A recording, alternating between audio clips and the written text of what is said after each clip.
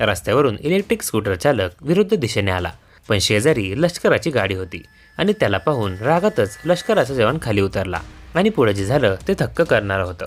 दरम्यान व्हिडिओत पुढे जाण्यापूर्वी चॅनलला सबस्क्राईब करायला विसरू नका.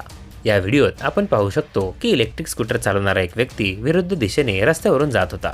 त्याचवेळी समोर येणाऱ्या कारने वेळीच ब्रेक मारला आणि कार थांबवली. कार चालक आणि इलेक्ट्रिक स्कूटर चालक यांच्यामध्ये काही वेळ बाचाबाची झाली. ही घटना मागून येणाऱ्या लष्करी ट्रकच्या चालकाने पाहिली.